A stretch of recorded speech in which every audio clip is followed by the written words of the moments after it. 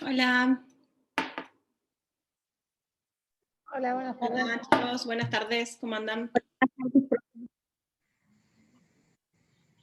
¿Cómo andan? Bien, bien. Bien, todo bien. Bien, vamos a poner clase 7.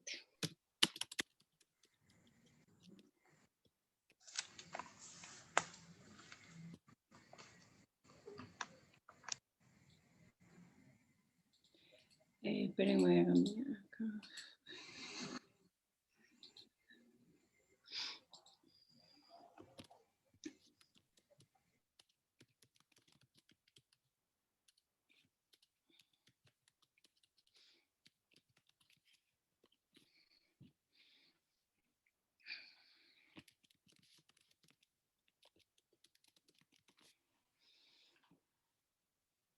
Bueno, ¿cómo están? Vamos a dar esta clase y ya empezamos con la bolilla número 22, ¿no? Estaba programada no para el día de la fecha. Ayer tuvieron clase plenaria con el doctor Taza. Comenzaron a ver, que están terminando una bolilla, pero bueno, hoy vamos a empezar a hablar de los delitos contra la administración pública. Bien, en primer lugar los vamos a situar, ¿no? Estos delitos están contenidos en el Código Penal, ¿no? En el título 11 del Código Penal, y vamos a empezar a ver a partir del artículo 237 y siguientes, todos aquellos delitos, ¿no?, que se refieren a y que constituyen, ¿no?, justamente este bien jurídico protegido, ¿no?, que se relaciona específicamente con la función pública. O sea, como esto es un requisito, vamos a entender a la función pública como un requisito indispensable, ¿no?, para el desempeño del sistema democrático, ¿no? Vamos a ver que cada uno de los artículos, a medida que vayamos avanzando, se relaciona específicamente a la función pública, y cómo es el legislador argentino, ¿no?, y tomando modelos de códigos penales internacionales, ¿no?, cómo lo que se intenta, ¿no?, de alguna manera sancionar aquellas conductas que son corruptas, ¿no?, contra el sistema, y que atentan justamente y chocan contra el sistema democrático, contra el desenvolvimiento de la administración pública.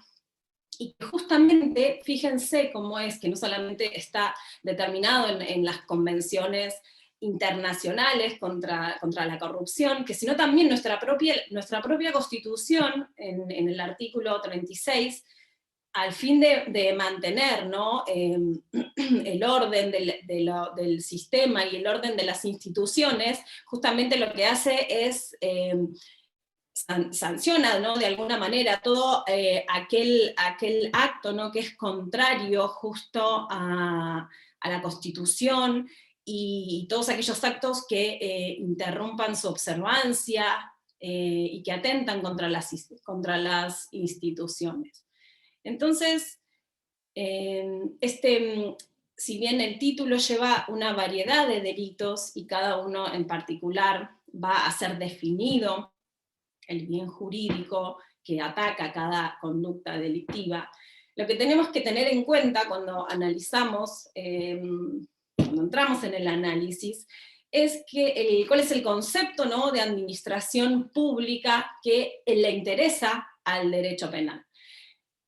Y este concepto, ¿no?, lo vamos a entender en la esfera administrativa, lo vamos a entender que no se limita justamente a la esfera administrativa de gobierno, sino que además abarca a otros órganos del Estado, como el legislativo, como el órgano judicial, y no solamente específico a sus funciones, sino también en lo relativo a no solamente la función que cumplen, sino también a todas aquellas funciones específicas, ¿no?, de los organismos de gobierno, ¿no? Y como otra norma, como otra ley que también vamos a encontrar, y como para determinar un concepto, traemos a colación la ley 25.188, que es la ley de la ética en el ejercicio de la función pública, y que justamente lo que hace es determinar, definir qué es lo que se entiende por función pública.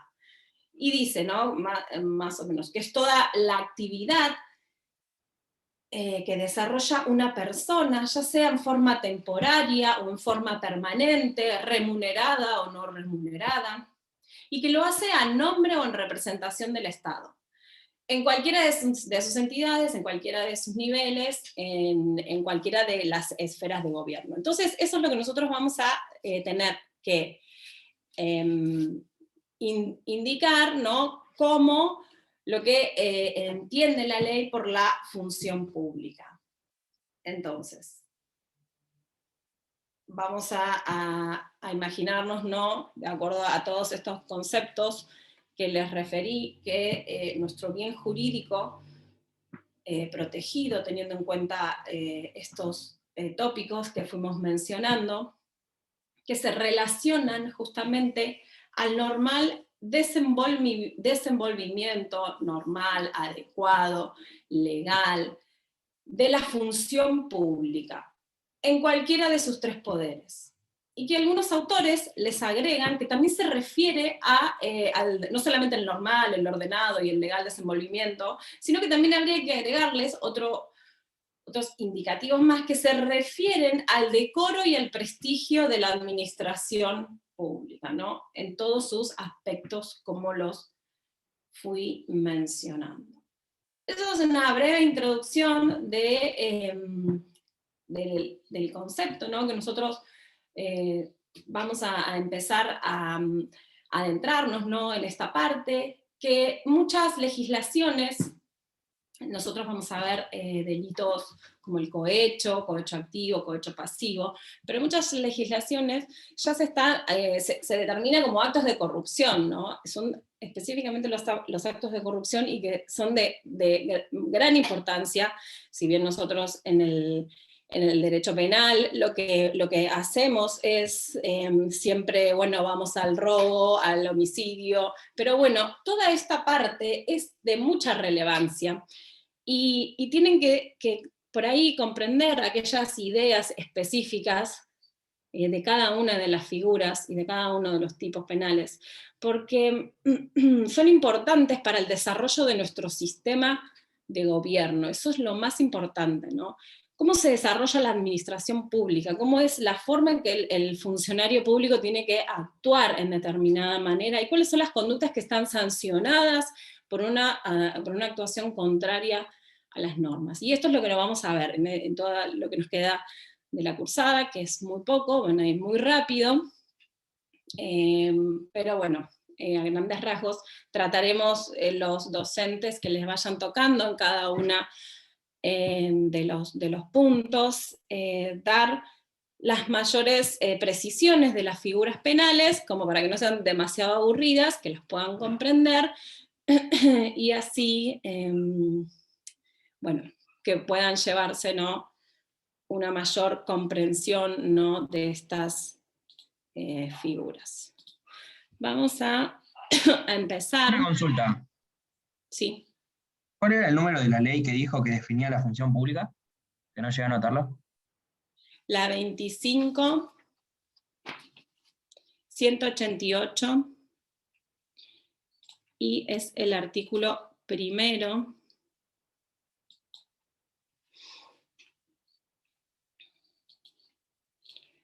Es la ley de ética pública. Ahí les estoy compartiendo la pantalla, pero bueno, sí, esto me dejaría. Ahí estamos. Muy bien.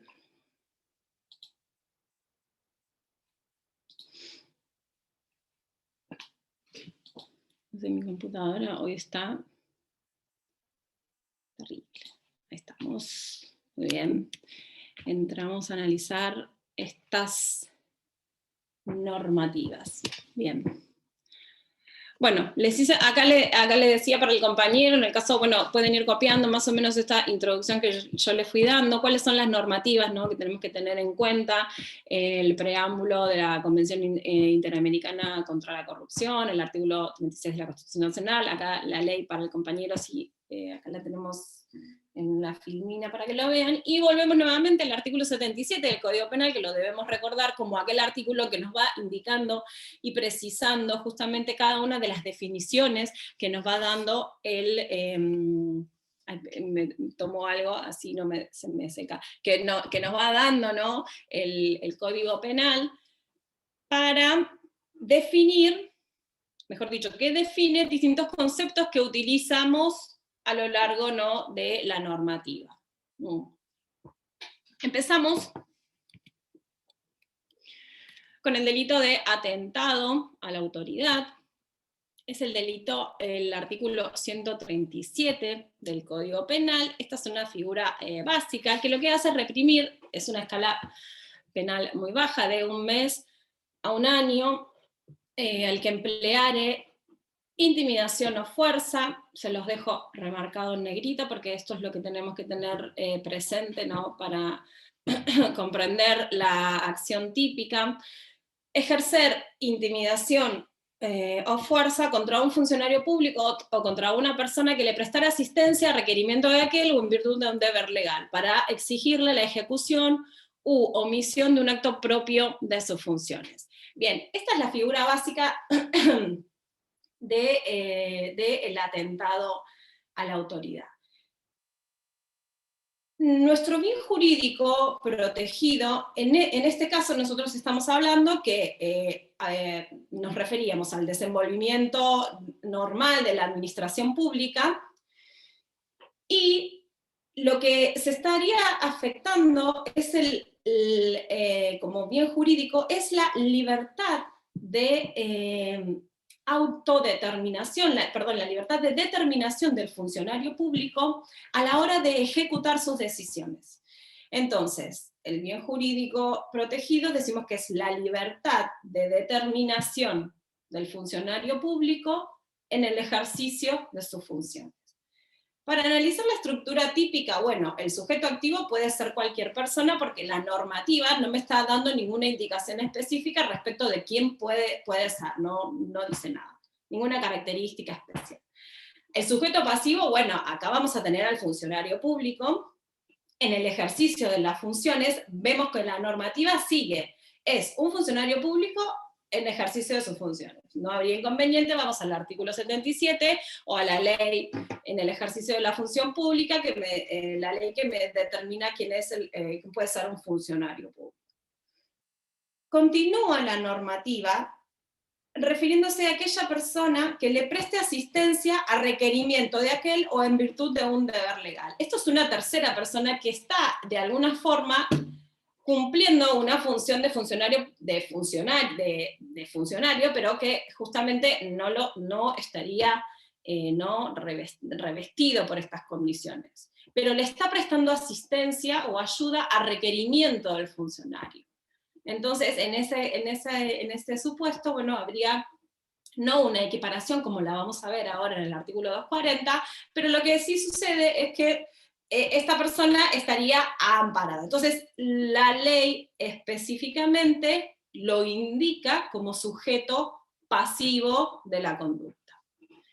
Bueno, para la acción típica que vamos a analizar es lo que marcamos ahí en negrita. Emplear intimidación o fuerza contra el agente público o contra la persona que le presta asistencia. Y ahora vamos a analizar lo que podríamos entender, ¿no?, como intimidación y lo que se entiende como fuerza. Pero previo a ello, nosotros para establecer o para comprender una conducta, para que una conducta quede abarcada en esta norma penal, En el atentado, el sujeto pasivo solamente se va a configurar, ¿no?, el delito hasta un tiempo posterior a que él ponga en ejecución una acción. ¿Qué quiero decir con esto? Nosotros tenemos un lineamiento temporal respecto del momento en el que se puede, en el que marca el límite entre la diferencia entre el atentado y la resistencia a la autoridad. En el atentado a la autoridad solamente puede darse hasta tanto el sujeto pasivo no haya iniciado una orden o a ejecutar algo, porque volviendo para atrás al bien jurídico protegido, yo les dije que es la libertad de determinación, o sea, el sujeto, el funcionario público todavía no comenzó un acto de ejecución de una acción, sino que estaría en un paso previo, y ese límite temporal me lo da a conocer una sentencia en un fallo plenario, que es el fallo Palienco. Vamos. Aquí, en el fallo Palienco, que es un fallo de la Cámara Nacional de Apelaciones en 1947, que lo que determina es esta diferencia en qué momento es cuando nosotros nos encontramos ante un atentado y en qué momento estaríamos ante el delito de resistencia. Y figura y determina justamente este límite temporal. Entonces, comete atentado contra la autoridad, el que con los medios del 237, fuerza o intimidación, ahora lo vamos a ver, se impone, exige al funcionario público para que haga o se abstenga de hacer, o sea, una ejecución o una omisión, un acto propio de su función, que no había sido dispuesto voluntariamente ni comenzado. No comenzó ningún acto funcional. No hay un acto ya ejecutivo, sino que es previo. No sabemos si se iniciaría o no, porque lo que estaríamos determinando es que la libertad, la libertad de determinación del sujeto a realizar un acto funcional. Entonces, acá los jueces establecieron que hay atentado, bueno, cuando también por parte de un tercero, cuando éste ejerce violencia sobre la gente, que ha comenzado ya su acción directa sobre otra persona para imponerle algo y esta persona no ofrece resistencia. Pero acá me está hablando de un tercero. Y esto es lo que nosotros tenemos que tener en cuenta para poder diferenciar lo que es el atentado y la resistencia a la autoridad, que es lo que me determina justamente este fallo, que dice que existe resistencia si la persona se opone valiéndose de medios violentos a la acción directa del funcionario sobre ella ejercida, para hacerle incumplir algo. Y acá, bueno, vuelve a hablar del tercero. La distinción está dada, entonces, en un aspecto temporal, respecto del atentado, lo que me va a determinar que mientras el sujeto pasivo no comenzó a ejecutar una orden propia de su función, entonces, hasta ese momento anterior voy a estar ante el delito de atentado.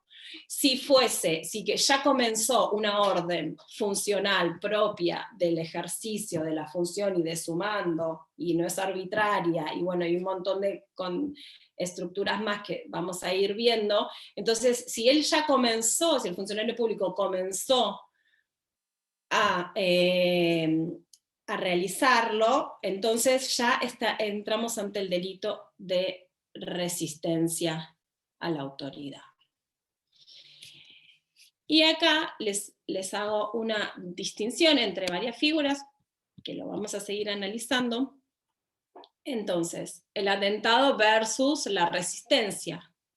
En el atentado tengo exigir la ejecución o la omisión de un acto funcional, lo que estaría afectando es la libertad de decisión del funcionario público.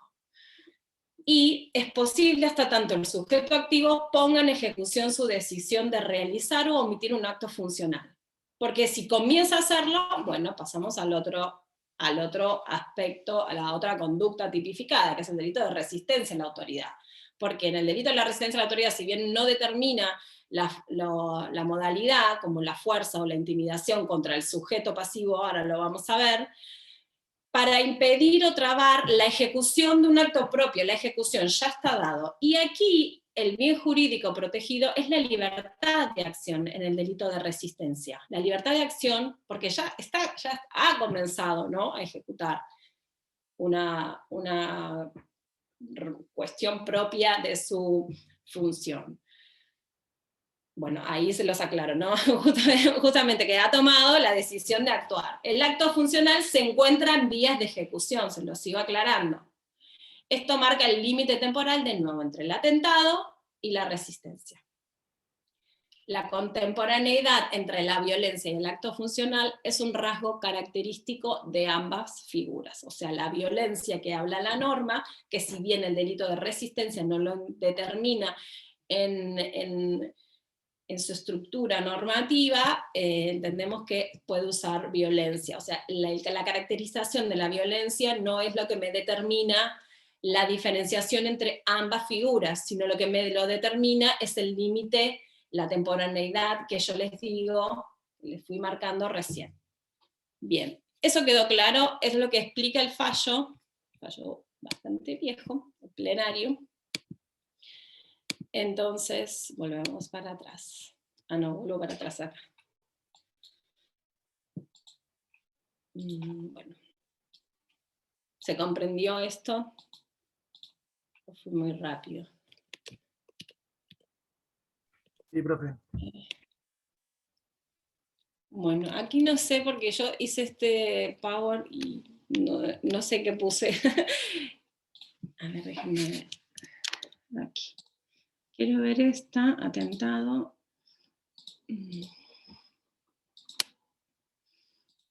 Bueno, el fallo se los dejo ahí. Muy bien. Bueno, me quedo acá.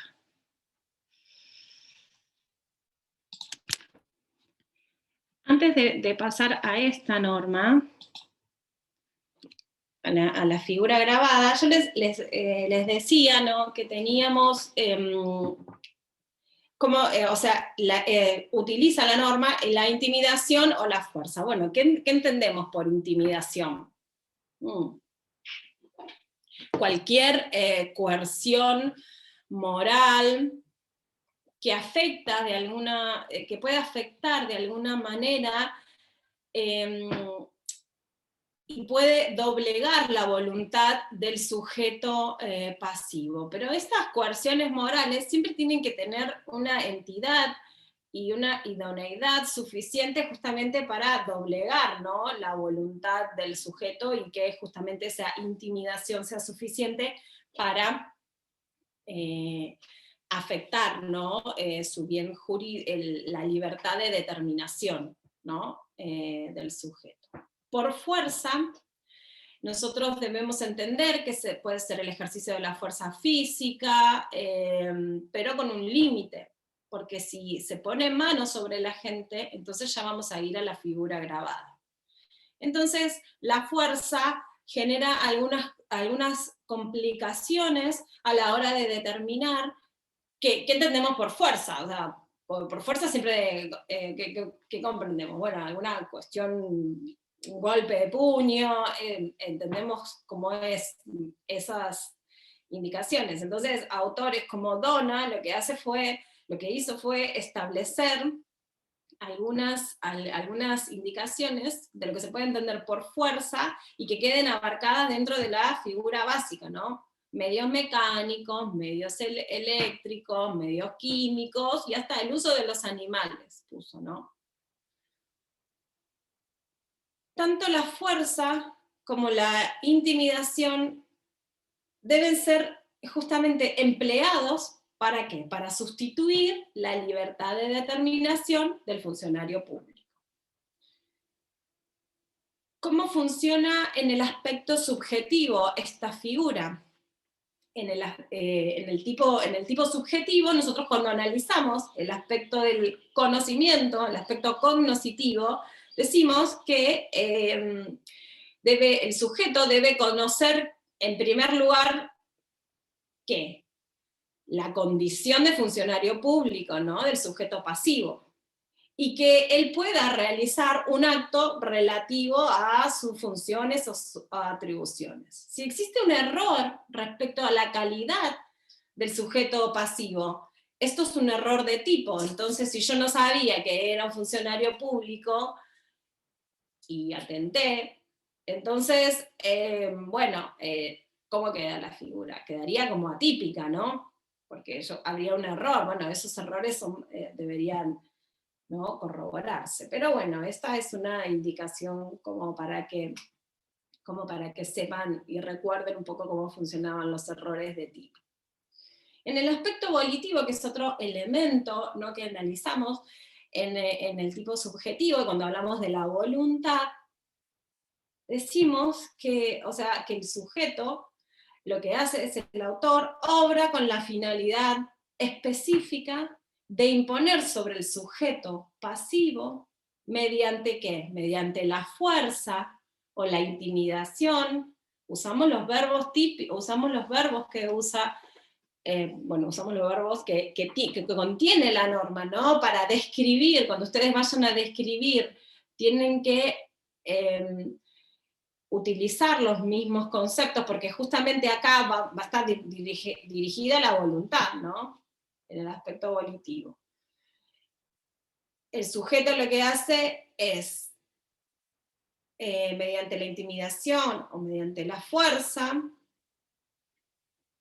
lo que hace es imponerle al sujeto pasivo interponerlo para que justamente no realice algo propio de sus funciones. O sea, sin este elemento subjetivo del dolo, entonces no habría un atentado. ¿Por qué?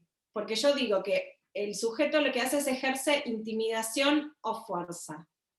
Pero esto lo hace con un fin, ¿no?, específico. Y acá estoy hablando de un dolo, un plus del dolo, para que justamente no haga algo relativo a su función, ¿no?, a la función propia. Bien. Dicho esto, nosotros debemos, en primer lugar, analizar en qué momento se consuma la figura penal,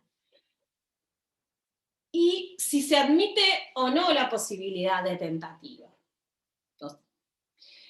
Entonces, la consumación del delito, como la norma utiliza las acciones, o sea, con la sola acción de corroborarse la fuerza o la intimidación, con la finalidad justamente expresada esta, que yo les digo, este plus del elemento subjetivo, ¿no?, que haga la ejecución o la omisión de un acto propio de la función. Entonces, cuando se determina, ¿no?, la acción, entonces ya se queda consumado el delito. Y es irrelevante que el autor consiga o no la ejecución del acto funcional, el acto de ejecución o la omisión de un acto funcional propio. Entonces no pasaría nada.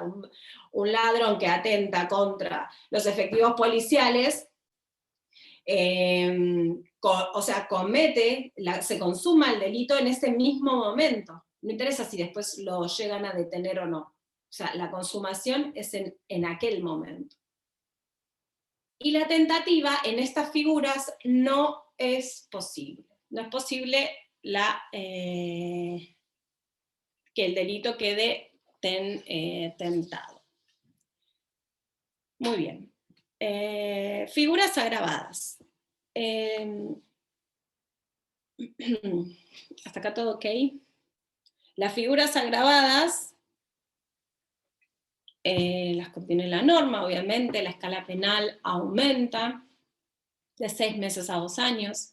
si el hecho se cometiere a mano armada, si el hecho se cometiere por reunión de, aquí se me fueron, de reunión de 3 o más personas, si el culpable fuese un funcionario público, si el delincuente pusiera en manos en la autoridad. Esta es la diferenciación que les hacía respecto de lo que entendemos por fuerza, que bueno, nos parece difícil pensar en la fuerza si no hay puesta en manos en la autoridad, y el agravante de que funciona, ¿no?, en el último párrafo, es en el caso de que sea un funcionario público, en este caso el reo. Esta palabra reo, bueno, debemos ya no utilizarla, es un poco despectiva, pero bueno, nuestra normativa está vigente y figura así, pero bueno, mientras la persona investigada, el inculpado, el encausado, sufrirá además inhabilitación especial por el doble de tiempo de la condena. Bien. Entonces, el inciso primero, que es la comisión a mano armada. Bueno, justamente todas las agravantes, como lo veníamos reiterando en las clases anteriores, donde vimos algunas implicancias, ¿no?, del aumento de las escalas penales, y justamente en este caso se da por el mayor poder intimidante que se posee al cometer el hecho en estas condiciones. Si el hecho se cometiere a mano armada. Bueno, no dice nada, mano armada, mano armada. Mano armada, ¿qué arma? Volvemos de nuevo a la discusión respecto del arma, si el arma es propia, el arma impropia. Bueno, armas impropias entraría cualquier objeto. Una silla puede ser un arma impropia, un ladrillo puede ser un arma impropia, o arma impropia es el arma de fuego utilizada como un elemento contundente, y no el arma propiamente utilizada cuando se acciona el gatillo. Entonces, bueno, sin perjuicio de estas indicaciones, ¿qué entendemos por arma a mano armada? Bueno, propia o impropia. Cuando puedan, un cuchillo sería un arma, sería a mano armada, o a mano armada es un arma de fuego.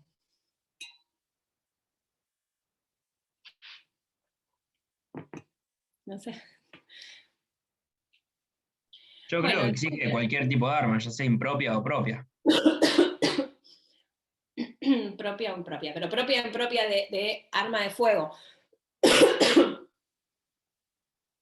Siempre cuando tengamos este tipo de preguntas o este tipo de cuestionamientos, debemos recurrir a los principios, y los principios se dicen que no podemos amplificar o ampliar in malam partem aquellas cuestiones que no están legisladas. La norma no es clara, ¿o no?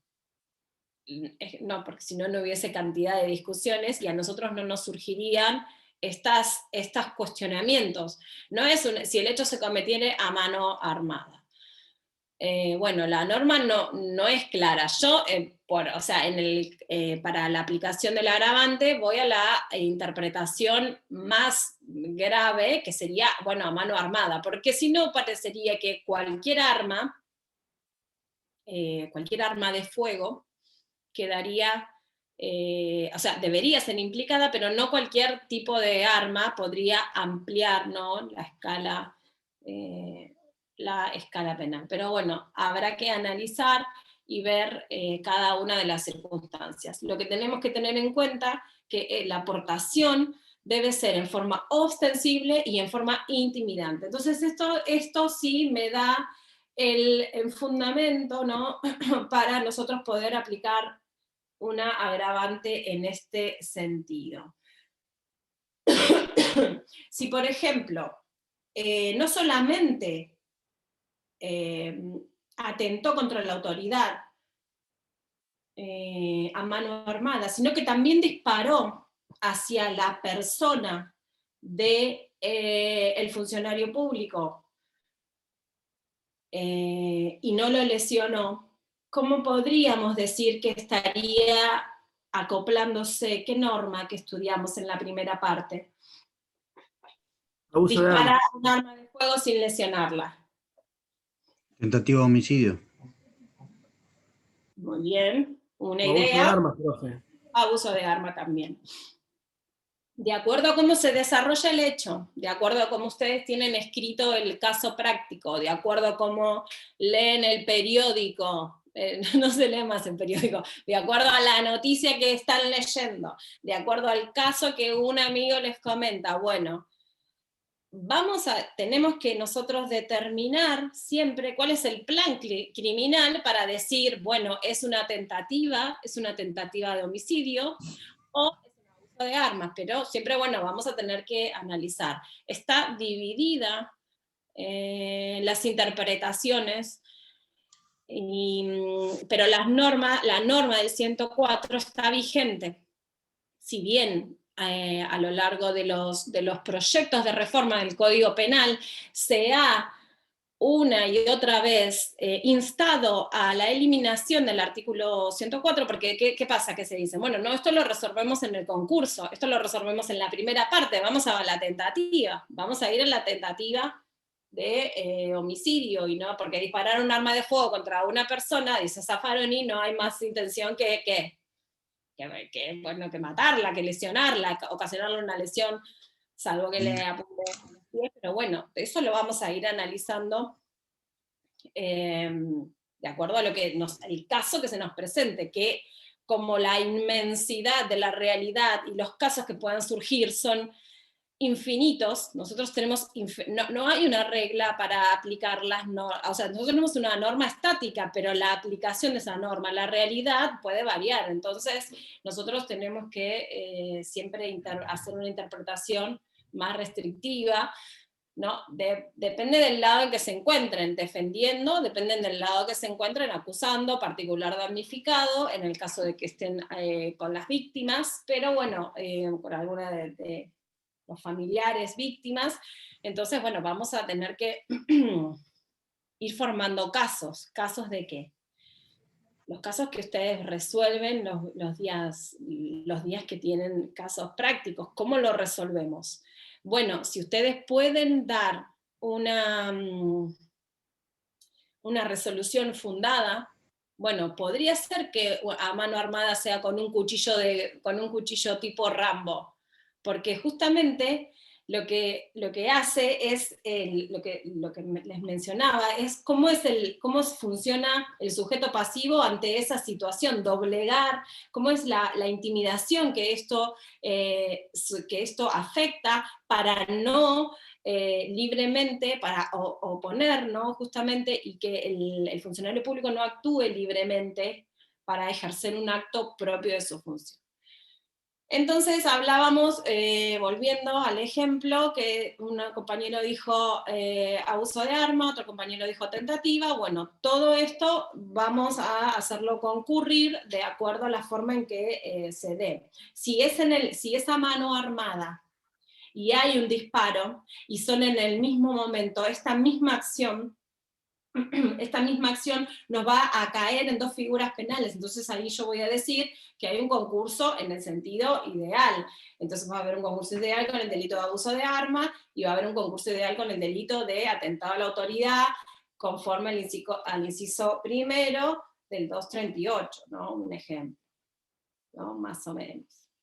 Puede ser que los sujetos hayan cometido un robo y son perseguidos por la policía, y ellos disparan sus armas de fuego, y luego los aprenden, ¿no? Entonces, bueno, vamos a tener un hecho anterior, vamos a tener un robo agravado con armas, un robo consumado, porque ya supónganse que yo les dije que iban transcurriéndose y iban escapándose, y vamos a concurrir con el atentado, en caso en el atentado agravado, y por ejemplo, si hubiesen tenido armas de fuego, con la aportación de las armas, pero bueno, ahora vamos a ver otros ejemplos. Pasemos al inciso siguiente. El inciso 2, si el hecho se cometiere por reunión de 3 o más personas. Entonces, bueno, acá también la agravante va a surgir por el mayor poder de, por la mayor posibilidad, ¿no?, de que se concrete efectivamente el hecho. Esta reunión de 3 personas me da una mayor, perdón, justamente lo que hace es el modo, en el modo en que se está ejecutando el hecho, lo que de un determinado grupo de personas puede ser justamente que se dé por un acuerdo previo o no, pero deben obrar las personas en común, o sea, deben obrar los 3 en común para realizar alguna de las, para atentar justamente y afectar la libre determinación del sujeto pasivo. ¿Qué sucede en el inciso tercero? Lo que tenemos es la calidad, ¿no?, de funcionario público.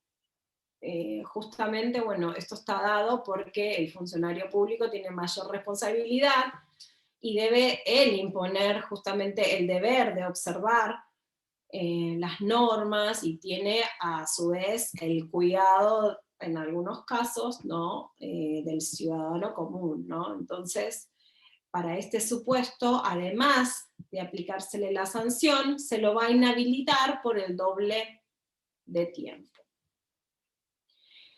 El inciso cuarto me habla, ya lo habíamos adelantado, esto de poner manos en la autoridad. Y la agravante lo que hace es, ¿cuál es la esencia? Justamente es la ofensividad en la producción de ese hecho. Y obviamente un mayor peligro para el sujeto pasivo, ¿no? La acción típica en este sentido, ejecutar estos actos, puede ser mediante golpes, empujones o sujetarlo. Eso significa no poner manos. Poner manos siempre nos da la idea de ejercer fuerza sobre el cuerpo del otro. Bien. Muy bien. Este tipo de agravados no sé qué estaba haciendo. Bien. Vamos con los artículos. No les había hecho referencia, pero en toda esta parte,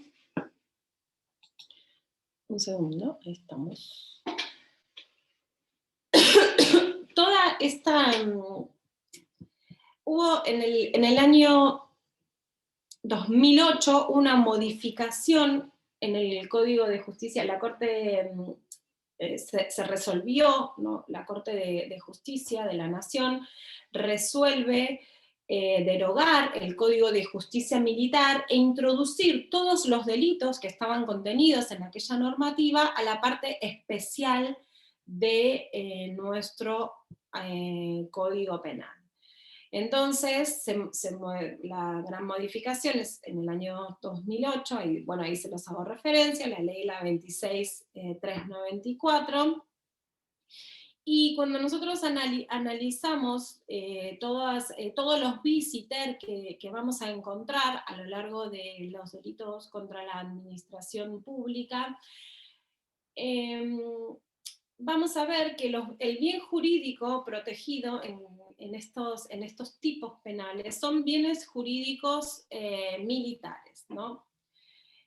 que si bien guardan relación con otros bienes jurídicos que están contenidos, lo que sucede es que vamos a encontrar que siempre hablan de cuestiones de indisciplina militar o faltas que tienen que ver con cuestiones militares, pero que a su vez afectan la seguridad de la nación, el poder defensivo del Estado Nacional, y que muchas veces ataca o puede menguar las fuerzas nacionales en el supuesto caso, ¿no? O en aquellos casos en donde hay un conflicto armado, en donde donde intervienen los militares. Entonces, a lo largo de estos artículos, los bis y los ter, en la mayoría de los casos, no es en todos, pero bueno, tenemos estas normativas. Nosotros cuando vamos a analizar en la estructura típica a los sujetos activos, vamos a tener siempre que volver a la norma del 77, que nos va a dar la definición de lo que son los militares. Entramos en esta normativa, el 238 bis. El militar que pusiera manos en un superior, nosotros vemos que vamos a hablar del delito de atentado contra la autoridad militar, el delito de desobediencia, el delito de resistencia, después otros delitos más que los vamos a ir mencionando mientras vamos avanzando, y que se refieren a la actividad, ¿no? o a la actuación de los militares. Entonces, en esta normativa, fíjense que es poner manos al superior sin lesionarlo, causándole lesiones leves, será penado con prisión de 1 a 3 años. Si el hecho tuviera lugar frente al enemigo o a la tropa formada con armas, o si se cometiere en un número de 6 o más, el máximo de la pena será de 6 años. Bien, déjenme ver una cosa, acá tengo el código. El 238 bis. Tenemos, entonces, vamos a analizar el 238 bis y el 239 bis. Después vean, es más fácil leerlo de acá, que por ejemplo el 240 bis, también el que violare las normas de instrucción emitidas a la población, bueno, acá ya el sujeto, va a cambiar el sujeto activo de la conducta. Después tenemos el 241 bis, que también impone, esta es una norma que habla de las 4 formas de motín, el 241 bis, que también lo vamos a ver, y bueno, esos serían los artículos que hace referencia a esta normativa y que se referían al viejo Código de Justicia Militar, como les venía mencionando. Muy bien. Yo dejé las luces prendidas allá. Bien. Lo bueno es que mi perro no está ladrando, porque si no lo tengo acá desquiciado. Las clases virtuales, o sea, van a quedar así. ¿Alguien sabe si quedamos así o...? Supuestamente se terminaba la cursada así este cuatrimestre. ¿Se termina así? Ah, Sí. Bueno. ¿Es por el Sí, frío en la clase nomás. ¿Es por el frío en la facu o es por...? Sí, por el por frío. la descalificación? Quedé ahí yo con las últimas noticias que leí. Bueno, entonces nos veremos así virtual. Pero el viernes no, el viernes hay clases con los trabajos prácticos. Sí. Veo sus caritas así. Yo no les dije nada, pero bueno, supongo que estarán todos con las cámaras encendidas, o bueno, por ahí no. Acá solamente puedo ver a 6. Bien.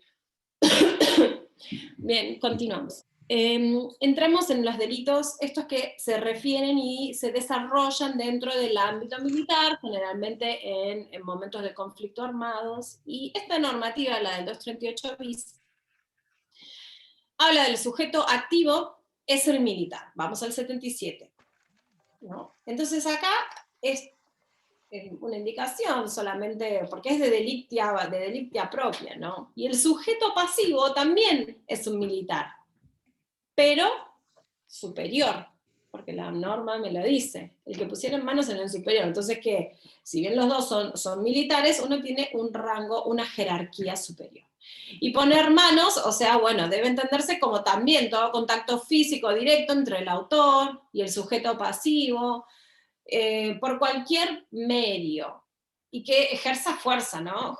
Fuerza justamente sobre este último, empujarlo, golpearlo, pero es necesario que exista un contacto físico. Si analizamos, a ver, bien. ¿Cómo funciona el tipo subjetivo, ¿no? en esta figura?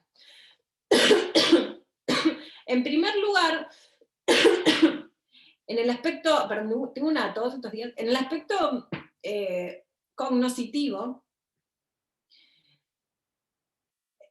¿cuál es? ¿Qué es lo que tiene que tener en conocimiento el sujeto? Que está atentando contra un superior, o sea, la calidad del superior jerárquico. Y en el aspecto volitivo, el autor debe tener la finalidad de llevar a cabo un acto de fuerza sobre el cuerpo de la víctima que implique justamente un contacto con esta, que implique un contacto físico.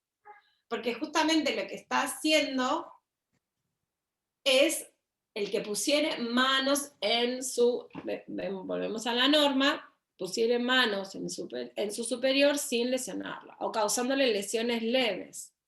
Sí. Entonces, esta sería la esencia, ¿no? del 238, es poner manos en el superior. Entonces, para el análisis del tipo doloso, solamente es esta indicación de ejercer esta violencia, ¿no? sobre el cuerpo del superior. La norma me determina ya las lesiones leves, ¿no? Sin lesionarlo, no le causa ninguna lesión, lo empuja, pone manos, o le causa las lesiones leves. ¿Qué sucede? Vamos a ver la otra normativa. Esta figura, mejor dicho, puede concurrir con otras, como delito de lesiones graves o lesiones gravísimas en cada uno, ¿no? de los supuestos. El segundo párrafo lo que hace es agrava el máximo de la pena agrava el máximo de la pena a 6 años, el máximo de la pena a 6 años, si esto se realiza frente a el enemigo o a las tropas armadas, o si justamente se cometieran con un número de 6 o más personas, y que todas ellas deben revestir el estado militar, ¿no? No se aplicaría el agravante si no fuesen militares las otras personas, porque acá estamos hablando de que los sujetos activos y pasivos, como lo mencioné, son los militares. En su caso, los otros, ajenos a esta condición, responderán por su delito en otra calidad, pero no en esta calidad y con esta agravante. ¿Se entiende? La norma siguiente me legisla 2 tipos penales, 2 figuras penales que son independientes y distintas entre sí, que es el delito de resistencia y el delito de desobediencia. Acá lo que hace es determinarla o circunscribirla, mejor dicho, al ámbito militar. La pena es de 1 a 5 años, cuando se resiste o se desobedece una orden de servicio legalmente impartida por un superior Y lo que hace la normativa es determinar algunas circunstancias especiales de localización frente al enemigo, frente a una situación de peligro, frente a una situación de catástrofe, ¿no? Como serían incendios u otros estragos también. Esta normativa legisla, ¿no?, justamente el delito de resistencia y el delito de desobediencia, y cuando nosotros analizamos el bien jurídico tenemos que tener en cuenta que tanto la resistencia o la desobediencia a las órdenes de servicio legalmente impartidas, esto es lo que tenemos que tener en cuenta. No puedo subrayar, claro. Bueno, a la orden de servicio legalmente impartida, esto es a lo que se resiste o a lo que se desobedece. Orden de servicio legalmente impartida. Y esto, en el ámbito militar, es un acto de indisciplina, ¿no? Justamente a esto, ¿no? A una orden, ¿no? Y que este acto de indisciplina pone en peligro, ¿no? Supónganse que nos encontramos ante una situación, ante situaciones específicas como las referí, una consigna en una zona o en un momento de conflicto armado, y fíjense cómo se pone en peligro, ¿no? Este acto de indisciplina pone en peligro el bien común, ¿no? La seguridad pública, la seguridad de toda la nación, y hasta posiblemente el potencial defensivo del Estado Nacional, que se ve afectado justamente por desobedecer una orden legalmente impartida, que esto es lo que tenemos que tener presente para entender, ¿no? Después la propia normativa, bueno, habla de la patrulla, todas estas son indicaciones o precisiones que, bueno, me circunscriben a determinados momentos. No les dije acá, pero si de la resistencia o de la desobediencia se sufrieran pérdidas militares, o se impidiese o se dificultase la salvación de vidas en supuestos de catástrofe, bueno, se eleva la escala penal. Siempre que ya están normas de aplicación subsidiaria, siempre que no se encuentra comprendido por otro delito que esté penado más severamente. Entonces, nos situamos en este momento, ¿no? Conflicto armado, se desobedece o se resiste a una orden, y lo que afecta es a las fuerzas nacionales. A las fuerzas nacionales. Vamos, en primer lugar, a analizar el delito de resistencia militar. ¿Cuál es la estructura de la resistencia militar? El sujeto activo, bueno, no habría inconveniente. Vamos como a dividirlo, porque les digo que son dos delitos distintamente, son dos delitos diferentes. Si bien continúo el código penal, la redacción, esto está incorporado, pero el delito de resistencia y desobediencia lo tenemos regulado en el artículo 238, que es el siguiente. Pero bueno, ya entrando y que vayan comprendiendo cuál es en el análisis de esta figura penal militar, después cuando vayamos al 239 lo vamos a comprender más fácilmente, pero bueno, entendamos esto. Estas dos normas, 238 ter y el 239, son normas que tienen dos figuras penales, que son la resistencia y la desobediencia, que son distintas. Volviendo, el delito de resistencia militar. El sujeto activo, bueno, militar, es el sujeto activo, es el militar al que se le haya impartido una orden de servicio y que además deba acatarla, ¿no? Y el sujeto pasivo es un sujeto pasivo calificado, porque va a ser el militar que tiene autoridad y que haya impartido legalmente una orden de servicio que debe ser cumplida. Y la acción es resistir.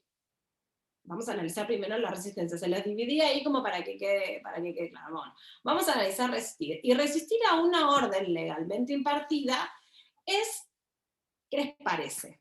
Resiste. Me da la idea de que va a luchar, va a ir contra ella, va a emplear fuerza o intimidación para que esto no se cumpla. Resiste activamente. En cambio, bueno, porque ya les estoy dando esta indicación, se los refiero, en la desobediencia, lo que hace el sujeto activo es negarse a cumplir una orden. No lucha contra ella. Entonces, la primera distinción que nos tiene que quedar en claro cuando alguien resiste, porque lucha, va, fuerza, intimidación, va a utilizar los medios comisivos del otro artículo que analizamos, que si bien la norma no los contempla, pero lo interpretamos de esta manera. En la desobediencia vamos a tener en cuenta cuando alguien desobedece, ¿qué hace? Omite, no hace, no hay una acción específica. Quiero que quede claro esto. Y para que lo comprendan, ¿no? ¿Cuál es la diferencia? No vengan a poner en el examen o en un escrito resistencia cuando hay una omisión, ¿no? Porque la resistencia es en estas características. Y bien, quedó claro esto, ¿no? Es de unir, serías, la resistencia es una desobediencia activa. Bueno, sí, es una forma de desobediencia, una resistencia, pero es activa, ¿no? Lucha, va. Bueno, en fin, ya terminé la idea, espero que haya quedado comprendido. ¿Qué dice esta normativa? Habla de una orden, todo mandato, ¿cómo bien? Toda orden, habla de una orden. ¿Qué es una orden? Es cualquier mandato, ¿no? Que puede hacer una comunicación verbal, escrita, y que transmite una información o un mando de alguien que gobierna, ¿no? Gobierna en el sentido de que tiene la autoridad para determinar, para realizar, para disponer una orden. Pero además tenemos que tener en cuenta que la conducta solamente puede quedar abarcada y cerrarse, la conducta delictiva, cuando se den las indicaciones de referencia, las referencias de ocasión que nos dice la norma. ¿Y cuáles son? Las circunstancias, estas son circunstancias especiales que están determinadas, que son frente al enemigo o cualquier situación de peligro que menciona, ya sea incendio, naufragio y demás. Bien. Entonces, el sujeto activo, ¿cómo funciona? ¿Cómo funciona su dolo, no? Él debe saber que tanto resiste, bueno, estamos en la desobediencia, resiste o desobedece a una orden de servicio, y además debe tener la finalidad de impedirla, de obstaculizar la ejecución de dicha orden. Eso es, o sea, conoce de la orden, pero además la impide. La impide, la obstaculiza y demás. En este tipo de figuras no es posible, no se admite la tentativa. Porque vemos que se consuma, como dije anteriormente en la otra figura penal, cuando el sujeto emplea los medios típicos, intimidación o fuerza, hacia el superior que impartió la orden al cual resiste o al cual estaría oponiéndose, ¿no?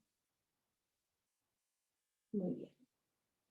Orden, ¿qué más dice? Resistencia a una patrulla, dice la normativa, ¿no? Bueno, patrullas son todas terminologías militares, pero bueno, es cualquier móvil o que se ha puesto en un determinado lugar para misiones de reconocimiento, de combate, para también proporcionar, para contactar al enemigo, o para resolver un conflicto, o determinar una zona específica. Bueno, esas son distintas terminologías que va utilizando, ¿no? En el ámbito militar, y que se refieren a... Bueno, no me fui. Bien. Bueno, entonces vimos resistencia. Antes de pasar al 239. La desobediencia militar, como ya les había adelantado, es un tipo omisivo, ¿no? Porque el sujeto activo, el sujeto activo como el pasivo son idénticos a los que analizamos en la resistencia, ¿no? En la resistencia a la orden militar. Y la omisión justamente es no realizar lo que ésta indica. La omisión, ¿en qué va a consistir? En no acatar esa orden, no acatarla directamente, y además, como todo tipo omisivo, debe darse las indicaciones específicas para que la omisión pueda adquirir, pueda renacer, ¿no? Porque si el sujeto no tiene la posibilidad de realizar la conducta, ¿no?, que le es debida, entonces difícilmente podrá haber una omisión. Con ello quiero decir que la orden debe ser de posible cumplimiento, ¿no?, posible ejecución. Cuando también analizamos la desobediencia militar, debemos tener en cuenta las mismas referencias de ocasión que se indican, ¿no?, frente al enemigo, frente a situaciones de peligro y demás. Y en el aspecto subjetivo, en el supuesto de desobediencia como tipo omisivo impropio, bueno, debes saber que está desobedeciendo una orden legítimamente impartida por un superior, y que su obrar, esta es la distinción, que su obrar se da con la específica finalidad de no acatar la orden. En los tipos omisivos la tentativa no es posible, y el delito se consuma cuando justamente se hace caso omiso a la orden legalmente impartida. Entonces, ahí ya quedaría configurada la conducta típica. Ahora, no sé cuánto me queda, chicos. ¿Qué estamos, hasta las 6 o 6:30? Las 6:15, profe. 6:15, bueno. Vamos con este delito, resistencia. Fíjense cómo el artículo 239 me establece una escala penal bajísima, ¿no? 15 días a 1 año al que resistiera o desobedeciere a un funcionario público. Ya volvemos a los civiles, ¿no? Dejamos de lado todos esos artículos Bister que les mencionaba, ¿no? Ahora vamos a las conductas de los ciudadanos. Resiste o desobedece a un funcionario público en el ejercicio legítimo de sus funciones, o a la persona que le preste asistencia a requerimiento de aquel, o en virtud de una obligación legal. Nuevamente vuelvo a utilizar estas indicaciones. ¿Qué tenemos que tener en cuenta en el delito de resistencia? Y bueno, acá yo les puse resistencia sola, ¿ves? No, entonces acá es porque tenemos resistencia y desobediencia en una propia normativa. Yo después se los aclaro. Pónganle una línea, desobediencia, porque nuevamente este artículo lo que hace es regular dos disposiciones a las cuales le aplica una misma pena, para la resistencia, para la desobediencia a la autoridad. Pero son figuras distintas con rasgos distintos, como ya les venía mencionando. ¿Cuál es el bien jurídico protegido en este tipo de delitos? Es la libertad de acción de la autoridad pública. ¿Y qué es lo que se lesiona? Se lesiona la administración pública. ¿Por qué? Porque se está atacando la libre ejecución, recuerden, libre ejecución, no libre determinación, como hablábamos al principio, sino que es la libre ejecución de una actividad funcional, cuando se resiste o cuando se desobedecen las órdenes que han sido legalmente impartidas. Fíjense la distinción con el 237, ¿no? Que ya lo veníamos trayendo y lo veníamos mencionando.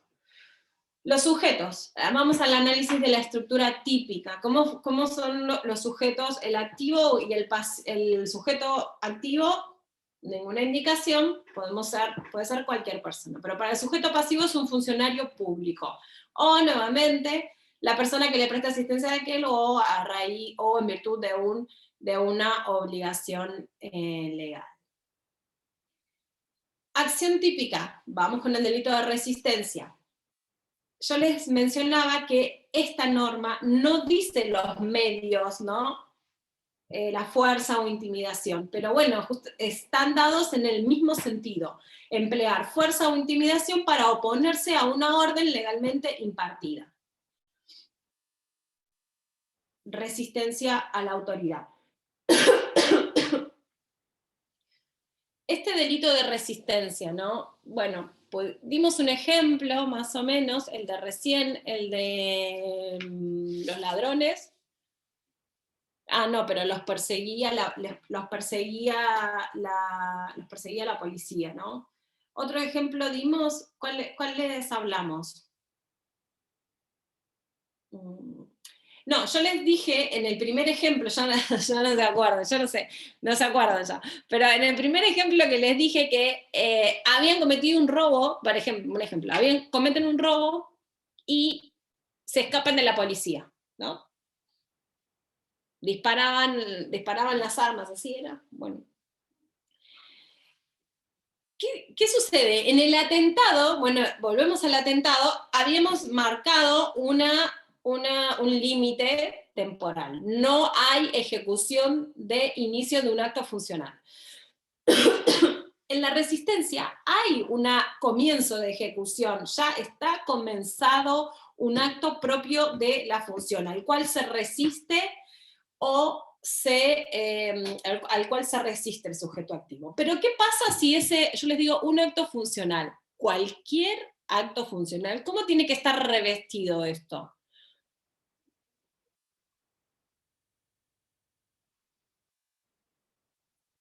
Si fuese un acto abusivo de un funcionario público. No, tiene que ser legítimo por un lado y por el otro lado tiene que tener una posibilidad de cumplimiento el sujeto activo. Bien, entonces, perdón. La oposición a ese acto me da la idea de que ese acto debe ser legal y que ese acto no debe ser abusivo o arbitrario, porque ante un acto abusivo, ¿cuál es la herramienta? Creo que lo hablé con la clase de ustedes. ¿Cuál es la herramienta que tiene el sujeto para oponerse a un acto abusivo? La policía me detiene, me dice, bueno, la vamos a llevar. Lo habíamos hablado en la clase con ustedes, ¿no? ¿Legítima defensa? Bien, legítima defensa, porque ante un acto abusivo nacen del ordenamiento jurídico distintas herramientas que podemos oponer ante un acto abusivo, que son las causas de justificación. Entonces, nuevamente, a un acto funcional de un funcionario policial, supóngase, porque es el caso más simple, en donde me llevan sin justificación, yo no cometí ningún delito, bueno, yo me puedo oponer. ¿Hay un acto propio de la competencia? Sí. ¿Ese acto es legal? Posiblemente. ¿Es abusivo o arbitrario? Bueno, se puede llegar a cuestionar, ¿no? Entonces puedo ejercer, puedo oponerme a eso. Y estas causas de justificación, ay, se cayó, se me cayó algo acá, no sé qué. No sé qué fue. Bueno, ese acto, me perdí. Esa legítima defensa que yo puedo oponer ante esta agresión ilegítima, me da la idea de que, bueno, de que cómo debe estar revestido este acto funcional para que sea legítimo. Puede ser que a las personas las lleven detenidas y se resistan y les hagan una causa por resistencia a la autoridad, y después en la comisaría se pueda llegar a demostrar que hubo un acto abusivo y arbitrario por parte de los funcionarios policiales que intervinieron en esas actuaciones. Bueno, sí, podría darse estas condiciones, y en este caso se podría cuestionar. Muy bien. Como hablando de la indicación, ¿no?, del acto, ¿no?, que el cual se puede resistir el sujeto. Muy bien. Ya un poco me fui, pero estábamos hablando de la resistencia, ¿no? El delito de resistencia. ¿Cómo funciona el dolo, ¿no?, en estas figuras?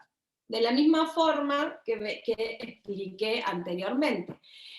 En el tipo subjetivo, el autor que tiene que conocer que resiste a un acto legítimo de la autoridad, tiene que conocer ese acto al cual se está resistiendo. Y en el aspecto de la voluntad, debe obrar con una finalidad de que tanto impide o obstaculiza, ¿no?, la ejecución de que va a impedir obstaculizar la ejecución de ese acto. Entonces, estas indicaciones me da solamente la idea, ¿no?, al igual que en las otras, no recuerdo si se los mencioné, de la posibilidad de dolo directo. Solamente se pueden ejecutar con dolo directo. ¿Qué sucede con la desobediencia? Entonces yo les decía, ¿no?, anteriormente, que tengo atentado, resistencia y desobediencia. Podríamos marcarlos así, ¿no? En el atentado teníamos un bien jurídico que es la libertad de determinación. En la resistencia y en la desobediencia ya hay un acto de ejecución, ya hay un acto ejecutivo, ¿no?, del sujeto. Y en el delito de desobediencia, les mencionaba también, como para terminar y redondear la clase, en el aspecto subjetivo, en la desobediencia, tipo omisivo, como ya les venía mencionando, pero también debe haber un conocimiento específico de la orden o la resolución a la cual el sujeto está desobedeciendo. Y en el delito de desobediencia, el sujeto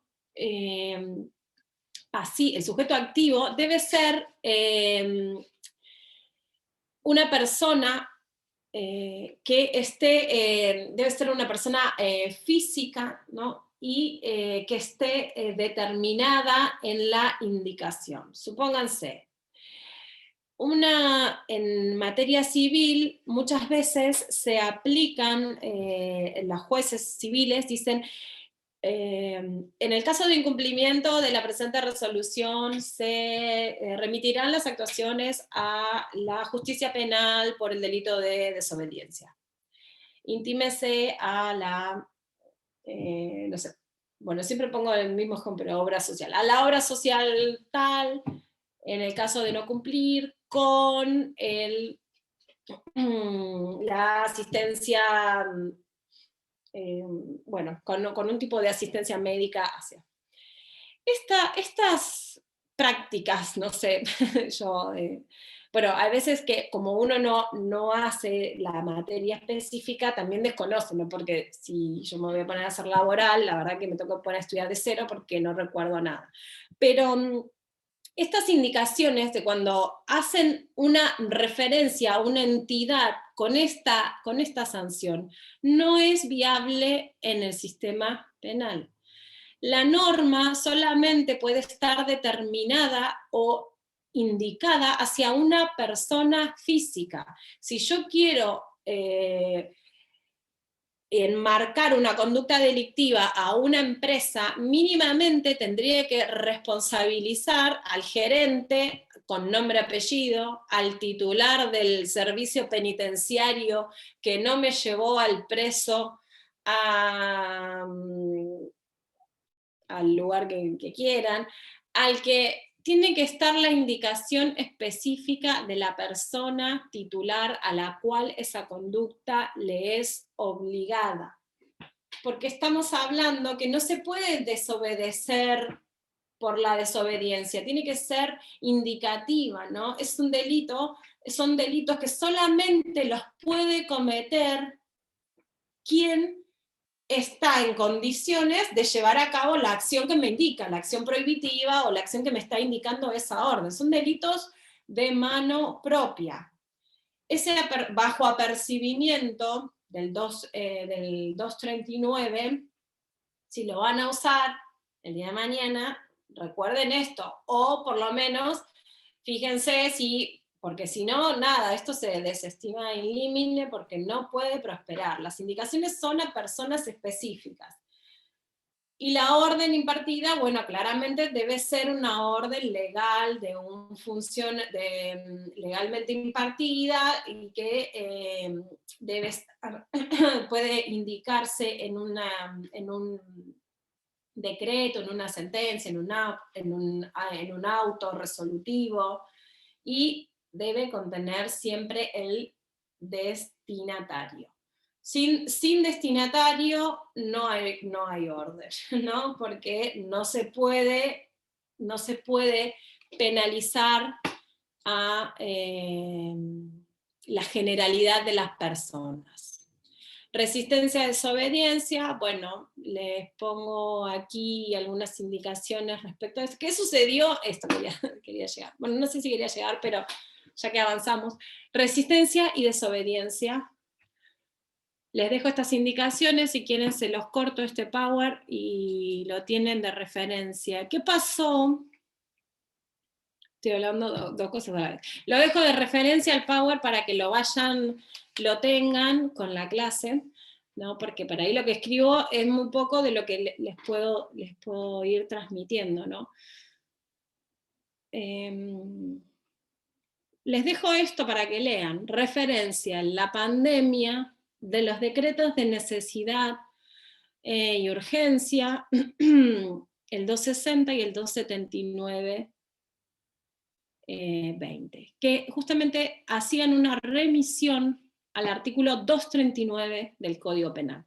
Se los dejo para análisis, lo leen, son estos dos, y si nos encontramos la próxima clase me podrían dar alguna idea de qué es lo que piensan o qué pueden argumentar. No estamos en la clase de los viernes de lo práctico, pero bueno, nada, es una reflexión. Un decreto presidencial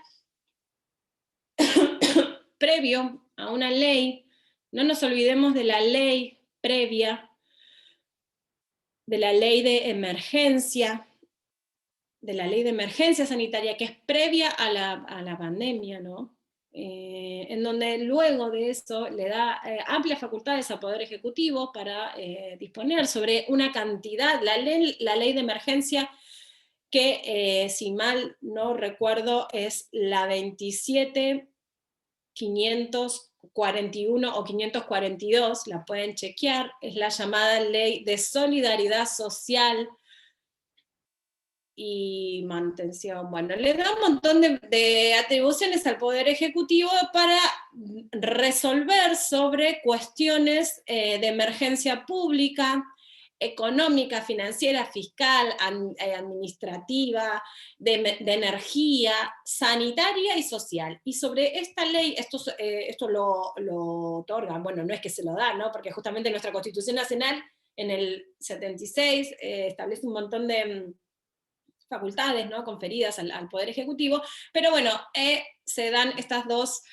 decretos. Se los dejo para que los analicen y nos encontramos la próxima clase. Si no es conmigo, es con otro profesor, pero bueno, les dejo estas dos indicaciones con, si pueden, estos últimos minutos donde hablé del delito de desobediencia y el delito de resistencia, cómo podrían llegar a aplicarse en estos casos de los decretos de necesidad y urgencia del 2020, y si les parece viable o no una normativa en este sentido, en carácter general, indicaciones. Pero bueno, para escuchar sus voces, con eso ya estaríamos